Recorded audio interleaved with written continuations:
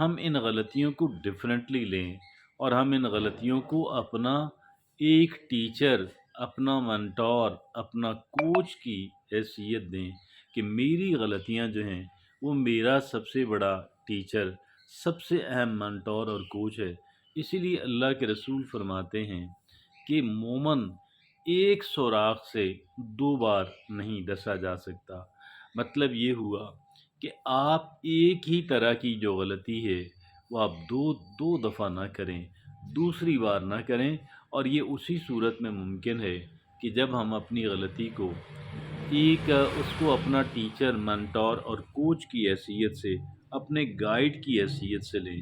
چوتھی بات جو ہمیں اپنے اندر پیدا کرنی ہے وہ یہ ہے کہ ہم نے اس بات کو سمجھنا ہے، ایمپیتھی از دا کی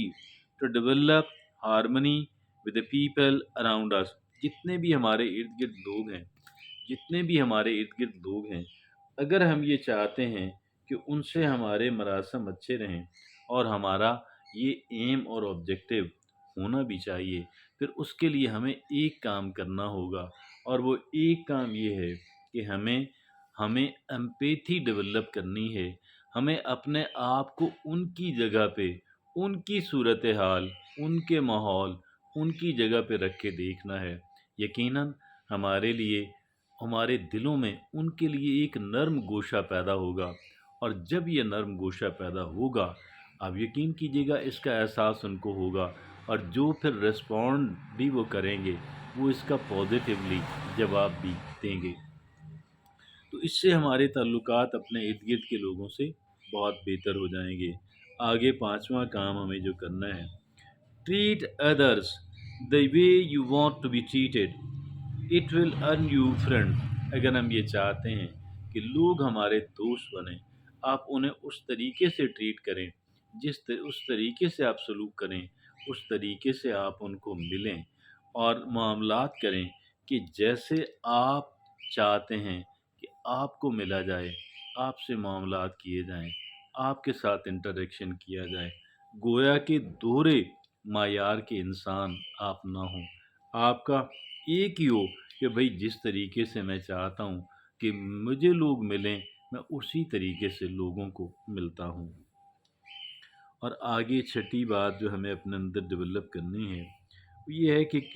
develop creativity by trying new ways of doing the routine thing. ہمیں اپنے اندر اپنی تخلیقی صلاحیتوں کو بیدار کرنا ہے، اور وہ اس طریقے سے ہو سکتا ہے کہ ہم جو بھی کام کریں، خاص کر جو ہمارے روٹین اور معمول کے کام ہیں، ہم ان کے اندر ذرا ان کا طریقہ کار جو ہے بدلتے رہیں۔ اس طرح سے ہم اس کام کے اندر بھی زیادہ مؤثر ہو جائیں گے، اور جنرلی اسپیکنگ ہمارے اندر ایک کہہ لیں کہ تخلیقی صلاحیت جو ہے وہ بھی بیدار ہوگی۔ آگے ساتویں بات جو ہمیں اپنے اندر کرنی ہے، جو تبدیلی ہمیں لے کر آنی ہے وہ کیا ہے؟ وہ تبدیلی یہ ہے کہ ہم لوگوں نے کیا کرنا ہے کہ حقیقت پسندانہ منصوبہ بنانا ہے، حقیقت پسندانہ اہداف،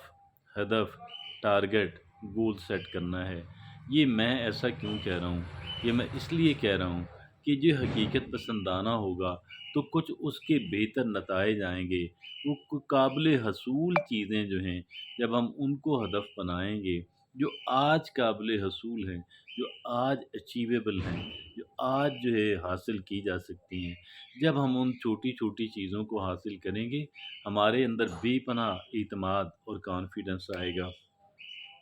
آگے آٹھویں بات جو ہمیں کرنی ہے وہ یہ ہے کہ ہمارا جو باڈی ہے، ہمارا جو جسم ہے اور ہمارا جو مائنڈ ہے، سچ پوچھیں تو ہمارا سارا کچھ یہی ہے۔ اگر ہم ایک ترازو کے پلڑے میں اس کو ڈالیں، ترازو کے دوسرے پلڑے میں ساری چیزیں ڈال دیں،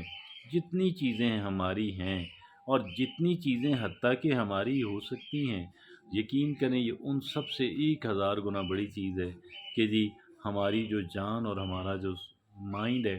لہٰذا ہم نے اس کو پروٹیکٹ کرنا ہے، ہم نے اپنی ہیلتھ کا خیال رکھنا ہے۔ آخری بات جو ہمیں کرنی ہے، لرن ٹو پرسویٹ پیپل